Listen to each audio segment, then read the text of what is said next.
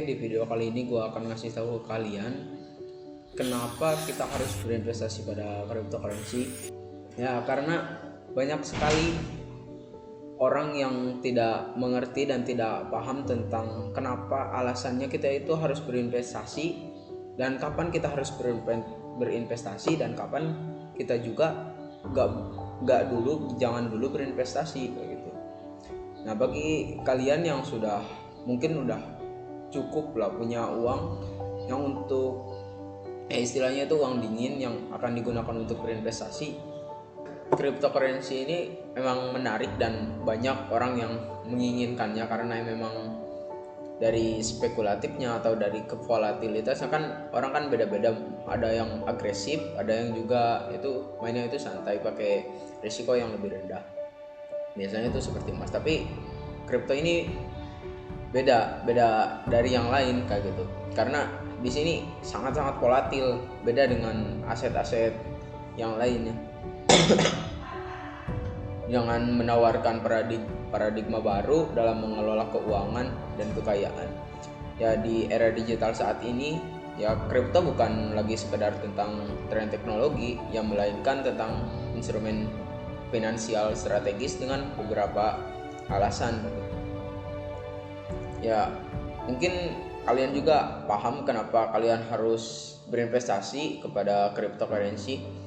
Mungkin kalau saya juga menyarankan kalau nggak mau ngambil yang volatilnya itu sangat-sangat besar kayak gitu, karena kevolatilannya banyak orang yang nggak menarik, banyak orang yang nggak suka tentang apa yang ada di market kripto. Ya, misalkan investasi lah tapi dari aset-aset yang lain, seperti contoh kan ada properti, ada saham, ada komoditi gitu. Nah, bagi kalian, kan ini mau bahas tentang kenapa kalian harus berinvestasi pada cryptocurrency. Nah, salah satunya adalah yang pertama ini, lindungi nilai terhadap inflasi. Ya, disebutnya itu kalau orang-orang ngomonginnya itu seperti nama katanya itu store of value. Ya, mata uang fiat ya seperti rupiah, dolar, ya suplainya tidak terbatas karena bank sentral bisa terus menerus mencetaknya gitu. Ya, yang terjadi ya lambat laun menggerus nilai mata uang tersebut ya akibat inflasi tersebut. Salah satunya kan kalau kalian tahu di 1971 itu ada yang namanya the Nixon shocks, yaitu karena konvertibilitas antara dolar dengan emas kayak gitu. Beberapa ya ada juga aset kripto utama seperti Bitcoin memiliki supply yang terbatas, hanya akan ada 21 juta Bitcoin di dunia ini. Jadi ya sifatnya itu mempunyai kelangkaan. Ini membuatnya sering dijuluki sebagai emas digital kayak gitu, kayak karena emas kan langka juga, tapi kan di kehidupan nyata itu kan ada fisiknya kalau emas. Kalau ini kan emas digital kayak gitu. Ya, karena berpotensi menjaga daya beli dalam jangka panjang.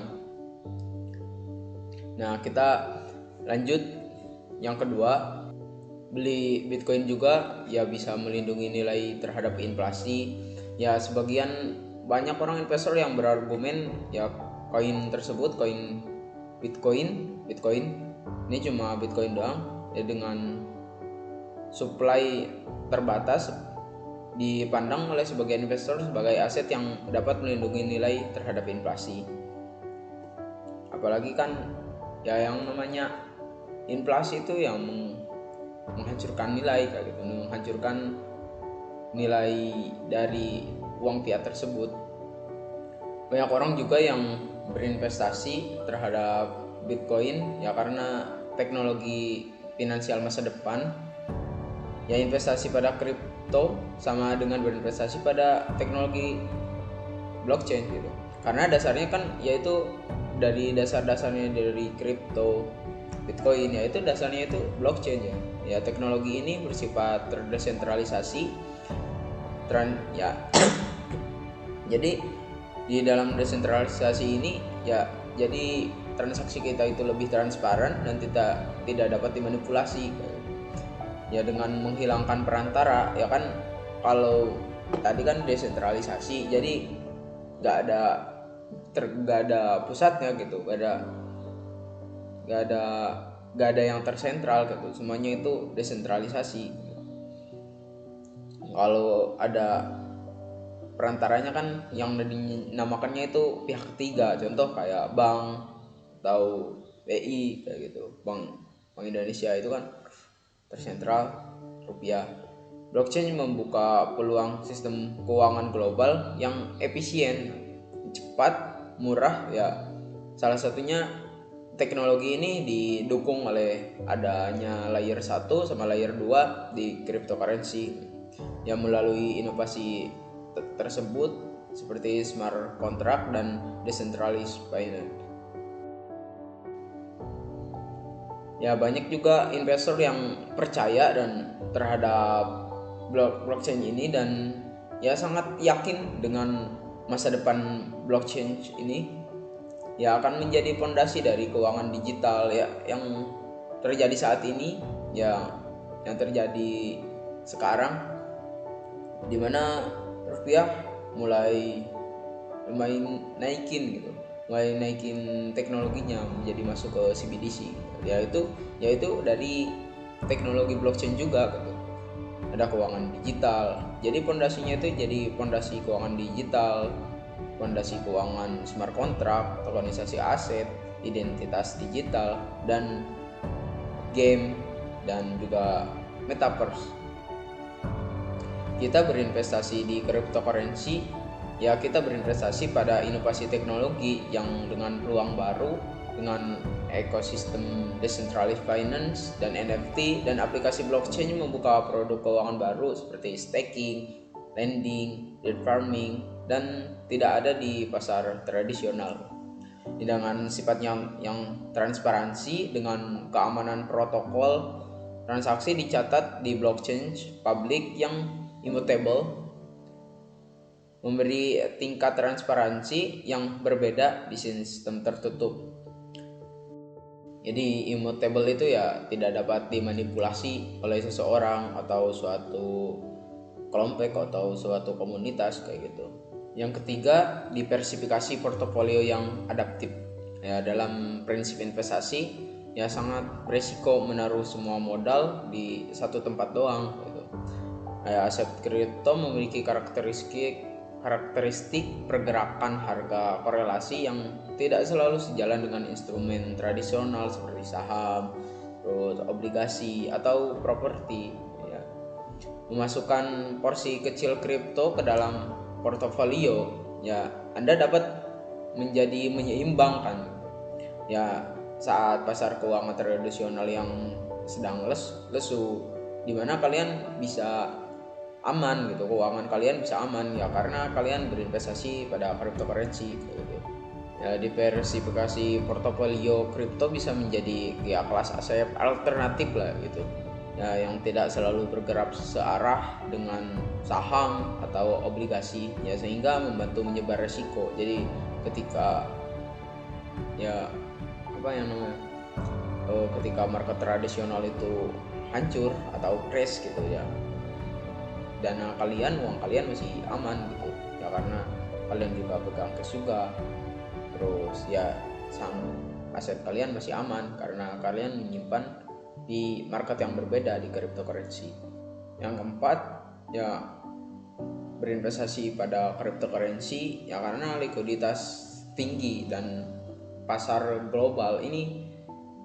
Jadi kripto ini bukannya 24/7, tidak ya, enggak sama dengan yang lain. Jadi 24 jam 7 hari dalam seminggu ini full terbuka ya, berbeda dengan pasar saham yang terikat jam kerja dan hari libur dari negara tertentu ya. Pasar kripto beroperasi 24 jam 7 hari seminggu. Ya secara global kalian bisa membeli atau menjual atau mengirimkan aset kalian ya kapan saja dan kemana saja ya, dari lintas negara ya tanpa batasan birokrasi kayak gitu ya. Atau kalian mau kirim ke teman kalian ya, mau di dalam negara maupun di luar negara kayak gitu ya, menjadikan salah satu instrumen paling fleksibel di dunia gitu. Ya karena yang sifatnya itu teknologi baru dan menjadi peluang bagi kita dengan potensi keuntungan yang ya sangat tinggi. Ya aset kripto seperti Bitcoin ya pernah mengalami kenaikan harga yang sangat besar kayak gitu ya, pernah sampai 120 itu dalam jangka panjang. Misalnya orang yang membeli Bitcoin di awal perkembangannya di 2019 atau 2018 atau di 2015 atau di 2013 gitu. Dengan misalnya orang yang membeli Bitcoin di awal ini ya memperoleh keuntungan yang sangat luar biasa gitu. Bahkan kalau dihitung itu sejak awal penciptaannya pada tahun 2009 ya Bitcoin telah mengalami kenaikan yang mencapai ratusan juta persen gitu. Itu Bitcoin sudah ratusan juta persen ya, apalagi dengan altcoinnya kayak gitu, karena Bitcoin dan altcoin itu berbeda ya. Mungkin kalau kelebihannya, kalau kita ngomong tentang kelebihannya ya potensi return yang lebih tinggi dibanding banyak aset tradisional yang lain kayak gitu ya, cocok untuk bagi investor yang benar-benar mau spekulator dan mau jangka panjang ya, karena ini memang ya teknologi baru yang saat ini membesar di tahun-tahun sekarang di 2009 sampai 2006 gitu. Ya cocok yang ingin mengambil market yang sangat volatil gitu ya, tapi kekurangannya juga banyak ya. Salah satunya ya harga bisa turun 50 sampai 90% gitu ya, itu dalam waktu singkat ya kayak gitu. Ini bukan jangka waktu panjang, ini dalam harga ya harga ini bakalan turun dengan waktu yang sangat singkat ya, intinya itu seperti itu ya. Dengan potensi pertumbuhan nilai yang eksponensial ya, sebagai kelas aset yang relatif baru dan masih dalam tahap awal adopsi global gitu. Ya volatilitas kripto yang memang sangat tinggi ya, namun volatilitas ini searah dengan potensi keuntungan yang sangat besar ya. Jadi yang namanya high risk high return, high risk high reward ya, bagi investor yang memiliki horizon waktu yang jangka panjang dan psikologi pasar yang kuat gitu ya. Siklus pasar kripto menawarkan peluang pertumbuhan nilai yang sangat sulit ditemukan di instrumen konvensional ya. Tapi catatan pentingnya ini ya, meskipun potensinya ya sangat besar sekali ya, pasar kripto memiliki fluktuasi harga yang sangat ekstrim gitu, dan risiko teknis seperti keamanan wallet dan atau legalitas regulasi ya. Di Indonesia sendiri aset kripto diakui sebagai komunitas aset investasi gitu.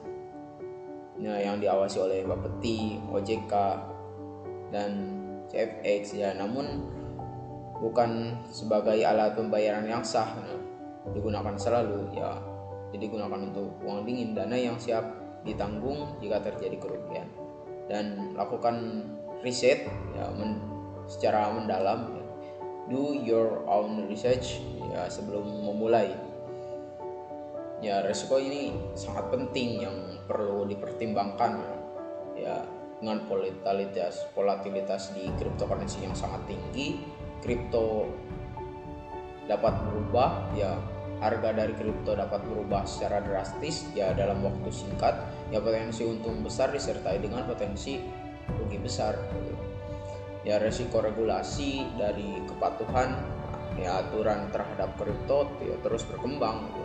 Ya perubahan regulasi dapat ya dipengaruhi dengan nilai dan akses pasar ya. Keamanan operasional, resiko kehilangan ya seperti kehilangan kunci private ya, atau serangan pada exchange, atau juga penipuan ya, memerlukan pemahaman dan praktik keamanan yang sangat baik gitu.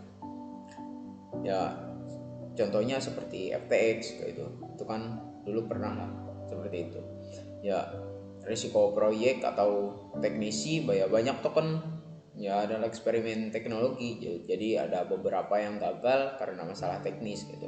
Jadi ya kalian harus paham dan tahu dengan apa yang kalian investasikan ya. Jadi jangan membeli kucing dalam karung lah, kayak gitu intinya ya. Adopsi rendah dan ataupun penipuan gitu ya. Praktik aman ya sebelum dimulai, yaitu ya pelajari dulu gitu, pahami dulu teknologi dasarnya ya, apa yang ada di belakangnya kayak gitu. Jadi harus paham, benar-benar tahu apa yang kamu investasikan ya, kamu harus ngerti di situ kayak gitu ya, seperti model tokennya dan use case proyek yang ada di situ ya, kamu pertimbangkan kayak gitu ya. Terus batasi alokasi ya, jangan menaruh seluruh modal ke kripto kayak gitu ya. Tetapkan persentase portofolio yang sesuai toleransi resiko lah. Jadi ya apalagi kalian yang nggak pengen kehilangan uang secara waktu singkat ya, karena di kripto ini sangat volatil kayak gitu ya. Gunakan platform terpercaya dan terdaftar, pilih bursa exchange yang legal gitu ya. Contohnya misalnya saya ini nggak disponsori tapi saya tahu kalau kalian ingin menggunakannya gitu. Contohnya seperti Indodax, Flock kayak gitu, terus Toko Crypto, Trip gitu ya. Bagi kalian yang nggak ingin ya mengambil market yang sangat volatil ya, kalian coba ya, sisihin gitu 1% atau 5% dari portofolio kalian untuk kripto, tapi yang blue chip dulu ya simpen aja untuk jangka panjang 5 tahun, 7 tahun, 10 tahun, 20 tahun gitu ya. Jika kalian meresiko yang lebih tinggi ya, bisa digabungkan dengan investasi jangka panjang di aset yang blue chip dengan sebagian kecil untuk eksperimen gitu ya, dengan apakah kalian ya tertarik dengan decentralized finance atau altcoin ya, sambil menerapkan manajemen risiko yang ketat gitu. Ya jika kamu mempunyai tujuan ya mencari untuk mendiversifikasi lah ya, dan siap menerima volatilitas dari pasar kripto ya, serta risiko regulasi atau keamanan ya, kripto bisa layak dimasukkan dalam alokasi yang terkontrol untuk kalian ya. Jika tujuan Anda pelindung modal utama dan menghindari spekulasi ya, kalian harus lebih berhati-hati atau hindari alokasi besar ke pasar kripto gitu ya. Untuk kalian yang tertarik dengan pasar kripto ya, kalian harus siapkan dulu nih ya, tingkatkan skill kalian ya, tingkatin juga penghasilan uang kalian ya, karena ini sifatnya ya berinvestasi juga ya. Jadi harus punya dana darurat nih kayak gitu ya, harus punya. Kalau enggak dengan penghasilan yang tinggi ya, dengan membangun bisnis atau sumber penghasilan gitu.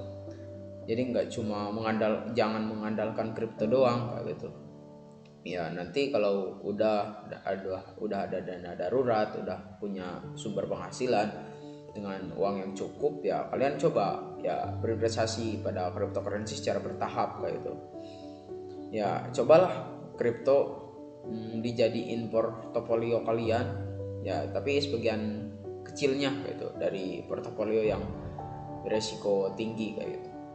Nah mungkin cuma itu doang yang gua sampaikan kali ini ya, semoga bermanfaat lah intinya ya. Karena gua juga cerita ini bukan untuk untuk mengajari kalian juga, tapi gua juga untuk mempelajari terus gue ceritain ke kalian gitu, biar sama-sama mendapatkan ilmu ya, buat dapat ilmu.